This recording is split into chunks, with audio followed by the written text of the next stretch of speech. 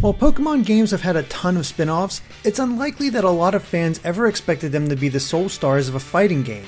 Yet here it is with Pokkén Tournament, developed by Bandai Namco, and while there aren't very many known details, that won't stop us from putting it through the old analysis machine to see what secrets and hidden details that we could find. So let's take a closer look. The trailer begins with Lucario facing down Machamp. At first, based on this trailer and the single screen that was released a year ago, it seems like only fighting-type Pokemon would be available, but a Q&A session with one of the developers has confirmed that it won't be limited to that type, or even Pokemon's final evolutions. Not only that, but the game won't be limited to just humanoid Pokemon either, which would make this incredibly unique. Adding to that idea is the fact that a high, mid, low guard system will not be in the game, likely owing to the wide variety of sizes and shapes that can be found in Pokemon.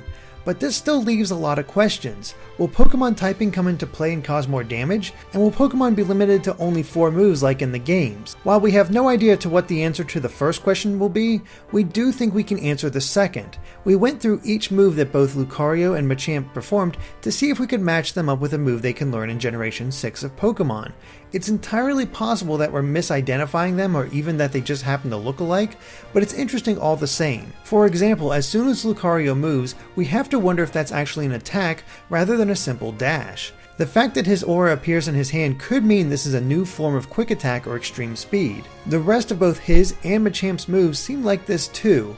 Lucario does a charge attack soon after that could be Force Palm or Focus Punch, but Machamp is able to block it, yet it still makes him stagger. However, Machamp is able to shift backwards to avoid Lucario's low sweep. Machamp seems to be much slower than Lucario, but more than likely hits harder. The match continues with Machamp's counterattack, which seems to take the form of a karate chop, then a combo attack in the form of close combat, before finishing with a cross chop. Lucario responds by performing an aerial attack that might be high jump kick before transitioning into an aura sphere.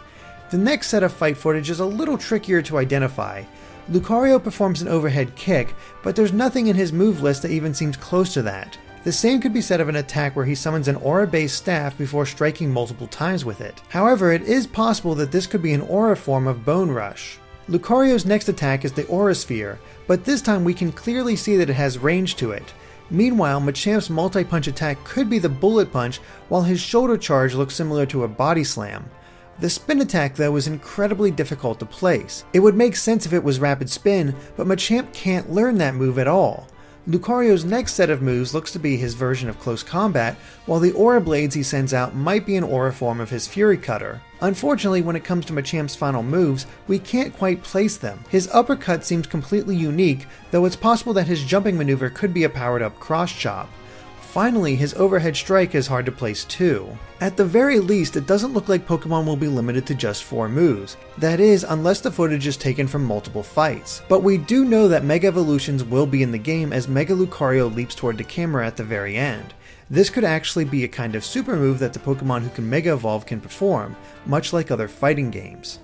But it's not just the fighters that hold some mystery, it's the setting as well. The place where the two fight is incredibly detailed as the fight goes on. Just on the surface level though, we can see plenty of trees, windmills, and cabins. One even has a water wheel attached for the nearby river that flows through.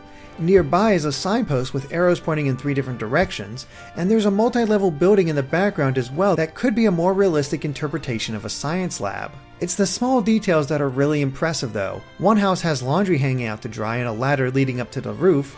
Flowers are growing all over, and there's a farm with silos and some hay bales. At one point we can see a blimp flying over the town advertising something. We attempted to translate the words on the blimp, but they appear to be in a Pokemon language rather than Japanese. It's a shame too, as we're really curious what this sign is for that has a message board nearby. Could the house on the other side be a ranch or a schoolhouse? Or maybe even a Pokemon daycare? As the match goes on, we get to see even more of the surroundings. We can see the river's source flowing down from a small waterfall, and nearby is a cave entrance. Following the river leads to a bridge. Looking at all this, we have to wonder, where is the limits to the fighting arena? Usually walls are set up or a ring out system is in place for 3D fighters, but there's nothing that fits that mold here outside of a few small fences. Will there be simply invisible walls, or will these be some truly massive arenas?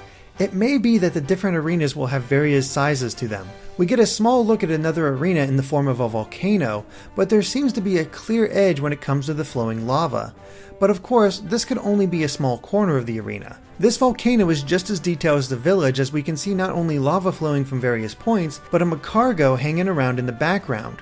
There looks to be another Pokemon hanging to the wall, but it's too blurry to fully identify. Finally, we have to wonder if these arenas are based on actual locations from the games. If they are, we believe that the small village could either be New Bark Town based on the windmills and the apparent presence of a Pokemon lab, or Floxessie Town and Ranch. This would explain all the farm equipment in nearby town. However, neither of these matches exactly, so if we do happen to be right, it seems we can expect a lot of changes to the layout. Meanwhile, the volcano is likely either Mount Chimney or Reversal Mountain from White 2, though it's difficult to be completely sure since we have such a limited look. In the end, it's a shame that Pokkén Tournament has only been confirmed for Japanese arcades so far. It looks to be a fighter that really does aim to put you in full control of these Pokemon and their world.